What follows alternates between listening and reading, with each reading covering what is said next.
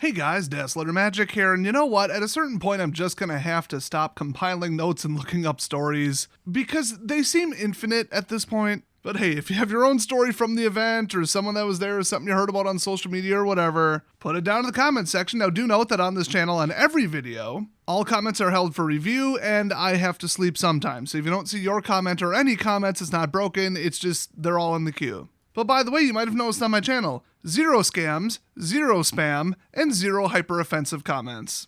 It is worth every single minute I spend moderating it. If only WotC would have put that much effort into planning this event. So, Magic 30 was this thing that's named after one of the most hated products ever made. Well, let's just be honest, the most hated product ever made in all of WotC history. Or at least Magic the Gathering. And it's all, ooh, the big 30th thing, even though it's not 2023, so I don't really know how that works, but last time I checked, 1993 plus 30 is not 2022. And all signs point to they just scrambled to try to make money and hype this up, and I think the rush job extended to this event. Now, I don't have direct evidence of that, but I do have very, direct circumstantial evidence that strongly indicates that their Secret Lair and their 30th anniversary product were very much rushed. They were supposed to come out later. And they screwed up the ordering system horribly. So if we're going to talk things that went wrong with Magic 30th as a product group, cool. There's your little intro to it, but for this video, I am going to talk about the Magic 30th event in Vegas. So it was put on by ReedPop, which is an event planning company that seems to kind of know what they're doing. They got some big cons under their belt, and everybody was like, oh, thank God that's who they went with. And then WotC'd it up. So it turns out nothing can stop them from failing to do their jobs. Or ReedPop is a bunch of morons that just got lucky for the other events. I don't know. So let's start with Tana Timbra's account, where they were at some sort of event on some day, doesn't really matter, and they kicked everybody out at 7 p.m. People literally just had to wait outside the venue and stand around and do nothing in the middle of the desert. Yep. Now, people did share a picture of the badge that they got ahead of time in the mail, in theory. And it did say show hours Friday until 7, Saturday till 7, Sunday till 7. But there were also night events, and then it said play hall hours, until midnight, and 11:59 it said technically, and then Sunday it was 7 p.m. So it wasn't 100% clear, but this just seemed like they should have had some place still open. I guess they were cleaning or setting up, or I don't know. It's legitimate, it's just bad. If that was the only thing that went wrong, it's okay, get over yourself. Come on. And when they asked, hey, why do we have to leave? They just simply said, the staff said, the floor is closed. And that's it. So pretty bad customer service, but I wanted to start with that one because it only gets worse. Oh, someone's explanation in a different post was, yeah, the vendors were allowed to or they were required to or whatever close down at 7 so they could secure all their super high dollar stuff. And then they were going to rope off the section so people wouldn't be wandering through, and then they'd have to have people watching their stuff and not know who goes to what booth and people just walking off with stuff or whatever. And then once everybody was cleared out, secured, stuff was covered, everybody, left or whatever, then they were reopening the rest of the areas for events. So almost sounds reasonable. You know what doesn't? Someone's account that just in general, all things considered, it is the worst event that they've ever had the displeasure of attending, and it sounds like they've attended a lot of events. To which somebody replied, you clearly weren't at the Grand Prix where the tournament software crashed for 3 hours, which by the way, I also heard about that. So it's a fun little commentary to let you know what we're in for here. So somebody snapped a picture ahead of time, which, good. And it was of the whole what you get with each package thing. And, different packages came with different cards, or some were just tickets, some were one day. I went over it in a previous video, not important now. But what they said is each booster has a 30% chance of a retro frame rare, a total of 2 rares in those boosters. All 10 dual lands drop twice as frequently as any other rare, on and on and on and on and on. Nothing in that original post that they screenshotted says anything about, oh, by the way, they're just decorative proxies. They aren't legal for play at all. So people are like, oh man, I can get booster packs with dual lands, not knowing that they're on the reserve list or thinking that they're pre-owned or something. People are calling it illegal, false advertising. Look, to get the FTC to go after that, good luck. Not enough money, not enough people affected, but it's another black eye for WotC. Another person reported, and this was confirmed by multiple sources, otherwise I wouldn't have put it in the video, or anything in this video, that the Pioneer event for Saturday night started at 9 p.m. and went to midnight, and then they said they were forced to leave without finishing round 3. At midnight, the event staff, not the judges, the convention center staff, were shouting to players in an ongoing event to vacate the building. A judge told us to mark it as a draw and leave, with 10 minutes still left on the event clock. And his opponent and him were both 1-1. So they were not eligible for the uncut sheet that you get for going 3-0, but if they were, boy, they would have been pissed. Now, the worst part is the judges seemed as surprised as the players about the midnight cutoff. They thought it was just like a general thing on the badge that said 11:59. So then they said all 3 tournaments that they did this weekend were only 2 rounds due to various issues. And the only story I got about that, because it was kind of like a final statement that they made, was the Friday Unfinity draft and the Friday Mega F&M mishap resulted in them giving every player a bye for the glitched round. Oh boy, even WotC can't run their own stupid software. Because it's trash, hastily written, although 2 years to make a glorified tournament app? Give me a week. But yeah, lazy socialist, I work from home, blue-haired people who don't have a degree in programming is who I heard generally worked on it. And they scrapped it once and then redid it or something, or I don't know, that was the mobile app. I don't know. Their whole dev team, real crap, especially the new Arena people that took over for the original crew who actually knows what they're doing. Another person said that the Timbuktu bags that they were supposed to get with like certain pretty high dollar amount packages are different than the ones in the picture. And if you're about to say, hey, that sounds familiar, didn't they do that before? Yes. Ixalan, I believe it was, the Explorer bags, or whatever they were called. It was supposed to be like canvas. Oh, wait, am I legitimately thinking of Fallout 76? Because it happened with them too, but I thought that WotC did the same thing around the same period of time. I don't know. I'd look it up, but there's so many WotC screw-ups, it's just going to get drowned out anyway. But yeah, a lot of people were like, well, this one looks better. It's sleeker, but it's lower quality. And people went on and on about, oh, now I have a degree in backpack design all of a sudden, you know how Reddit is. But it gets worse. This is not just a supply chain thing. This is not just a, oops, we screwed up and took the wrong picture. No. The bag that they showed was available for purchase from the merch booth instead.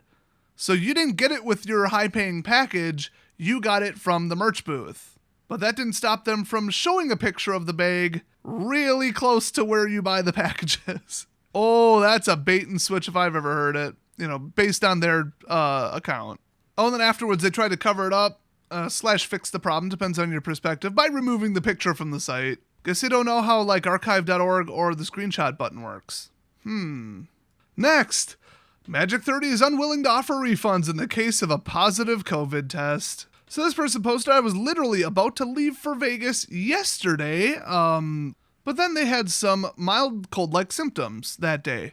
So I got a COVID test just to be sure. Lo and behold, it's positive. So I emailed support to see if I can get a refund, and they say it's in the terms of service that there are no refunds or transfers, period. With an event that is very precautionary about COVID, with the mask and vaccine requirements, that's right, and we've got some posts about that, it is absurd that they would indirectly encourage people who tested positive to just go anyway and show their vaccine card to get in to avoid losing out on money. Some people would be like, well, by the time I get on the plane, or maybe I'll feel better, I already had COVID once, or I got the vaccine, so I'll only be sick for like 1 day, it'll be fine. I'll just chill in the hotel and then go the next day, all of which is horribly unsafe. I mean, mask and vaccine and all that stuff, what's that going to do to spread numbers? Probably not nothing, but also obviously did not stop it for the last 3 years. Well, basically, this post from this person just ended with, can you seriously not just have an exception for your supposedly COVID precautionary event? And then they put, edit, the director of registration told my friends at the event to send an email to the support team and she'd refund me. Yeah, if it's one person and it's already after the fact or during the event, yeah, you save the PR and you look good. It's what, like $100 or whatever, depending upon what ticket they got. And you do not want, like, hey, this company was encouraging people with COVID to just lie about it and show up. So they went on to say, so if you're in the same situation, maybe try emailing the support email. I don't know if it would work for everybody, and I'm still waiting for an email. Edit number 2, yeah, this didn't happen. So the company effectively agreed / promised / however you want to measure it, to give them their refund because of the situation. and then sounds like just ghosted them. I don't remember if this was a reply, the same person, or a second person, but someone put, my friends at Magic 30 talked to the director of registration for the event who said I would be able to get a refund. Bless you, reasonable person. Edit, this didn't end up working out. The email back was the exact same generic response as previous. Oh, I think that was their second attempt. So a second, director was like, nah, we're good. Don't worry about it. And then just nothing, generic garbage response. Oh, don't have Reed Pop or anybody related to Hasbro do anything with event planning. Just keep them far away from you. Then we've got some badge issues. Somebody posted, this morning I received my Magic 30 badges in the mail and we were already off to a poor start. Look, it was off to a poor start when they announced it. It was off to a poor start when Magic the Gathering announced that they were doing a thing. You're the genius who thought it would be fine, okay? Well, welcome to the real world where WotC can't do anything right. So inside the envelope were my 2 Black Lotus badges. Hello. No lanyards included. Wait, so you gotta get your own lanyard. Those are like 10 cents. And 2 ads for vendors who will be buying/selling cards at the event. I suppose I expected slightly more fanfare for the highest grade of ticket. But given the current state of WotC, I'm not terribly surprised. Okay, with that statement, why were you going? And not just to offload 5K worth of cards, okay? They wouldn't have gotten the Lotus Pass. Those things were like $1,000 or something. So they go on to say, the larger issue is that on the back of the badges are 2 different URLs, neither of which are quite ready for showtime. The URL to activate your badge redirects to an FAQ page published on October 13th, with screenshots of what the activation page will look like, rather than the actual page where the badge is activated. The second URL should direct you to a page where you can apparently download the mobile app for the event, but this page simply puts you on a page with the word mobile where content should be. So that's, what do they call it? Like a view frame or viewport placeholder, in my opinion. I could analyze, but I don't think they want me poking around in their publicly visible read-only code. They get really paranoid and stupid about that crap. But yeah, unbelievable. But wait, there's more. Lastly, there's a QR code printed on both badges that directs you to ... nowhere. Now, this was posted 22 days ago, but if you think about the timing on when it was, and yeah, it probably should have been live. It should have been live about 2 weeks out. Come on. And then they just end with, hopefully things get better from here, but so far the experience is not great. Have a matte black envelope. Have a gold-plated envelope. What is it, $2? They dropped what? It was somewhere between $750 and over $1,000. I don't quite remember, and I don't care to look. Each, by the way, on 2 Lotus badges, which almost nobody spent that much, by the way. And they get URLs that don't work and absolutely nothing but 2 junk mail ads about, hey, buy, sell your cards. Yeah, class it up a bit. Come on. Hand write it, hand sign it. Come on. Put a free card in it. Put a surprise in it. Put a free food pass. Come on. Next up, because you know it ain't stopping. And by the way, like I said, go check out the comment section. It's going to be wild. So, this next post, Magic 30, no on-demand side events at all. So they just posted bot entry with the assumption that some on-demand side events would be firing to play Modern since the main event sold out in seconds. Asked the staff and they said they weren't running events that weren't reserved online. The online portal has a closed registration. Boy, isn't it nice that technology makes everything so seamless and so much simpler and more flexible. Oh, I added that. They didn't post that. But they do go on to say, pretty poor execution and disappointed that I can't actually play Magic at the 30th anniversary. That's right. I heard the attendance at this was miserably bad, but a bunch of the side events and main events and everything sold out quicker than you can type. How the hell did that happen? They were expecting more people, less people showed up, and they still sold out the events and people who showed up weren't able to play Magic at a Magic event. My gosh. Another one, Wizards screwed up Magic 30 by having pastimes run events. I just got home from Magic 30. It was a shit show, as anybody who read Reddit this weekend knows. I spent a ton of time waiting on events to fire, waiting on them to fire again because something got screwed up, waiting on space to open, waiting on lines, and occasionally playing a little bit of Magic. I would have just resorted to playing in the hallway or playing while in line. I played at every Vegas event since the first Modern Masters. Wow, so this person lives in Vegas or something. And this was by far the worst one. Let that sink in. MM1 was like, what, 2012, 2013? Maybe 2011? It was a while ago. So they have played in every Vegas event since then. This was the worst one. Cascade Games and Channel Fireball really knew how to put on a show. Okay, that's not what I heard, but sure, compared to this, sure. The Modern Masters GPs were way bigger than Magic 30 and still ran a lot more smoothly because they had professionals at the top. I spent some of that time waiting, talking with the judges there, who were just as frustrated as us players. It sounds like they were given very little information, and the information they did get was usually out of date or just wrong. That is how you just absolutely screwed up from the ground up. I don't mention this too often, but I am not new to decades of large event planning. Someone between my circle of friends, family, and acquaintances and places I've worked, a couple of them do large event planning, production. I actually got roped in to do food at one time. I've done vendor booths at places with like an immense amount of people. This is unacceptable. These people had no idea what they were doing. This is so much simpler than like a multi-day concert or like a super large convention or an outdoor event. Don't even get me started. But do come get me if you need to get the generator started in the rain. This is horrific. This isn't just, oh, events are hard. No, these people had no idea what they're doing. Everything put together indicates that whoever was in charge didn't know shit about a Magic event or a tournament, or they kept changing things and just should not have been put in charge of this. How much was WotC? How much was Reed Pop? I don't know, but how much was the judges and the people who are like long-term, I've done this before people? Just about zero. Everybody said the judges were confused, pissed off, frustrated, and trying to calm people down and kind of cover for their like bosses, for lack of a better term. So shout out to them. Don't want to throw them under the buses. I mean, a lot of the judges are bad, but that's a separate issue. They didn't have anything to do with this as far as everybody said. I didn't find one single complaint about a bad judge or a judge screwing up an event or anything, sabotaging it, stomping off, stupid stuff like that. It does happen, but that's not what happened at this event. At least not on the whole or that I heard about. Now, a Star City Games event, those judges are different. They've been accused many times of racism, sexism, and lying about the rules based on your skin color. So, yep, don't go there if you're on their shit list of orientations or skin colors. But anyway, this person goes on to say, a few of the judges told me that this is just how shows have been since the current judge manager took over at Pastimes. Huh. It's almost like they care about money and not magic. She apparently staffs people based on who she's friends with and not who knows what they're doing. Oh, I've been to events like that. Hell, in the early 2000s, I've been on gaming forums like that, where it's all buddy-buddy with the mods. Anything, any size, any project, any event, any corporation, that ain't gonna work.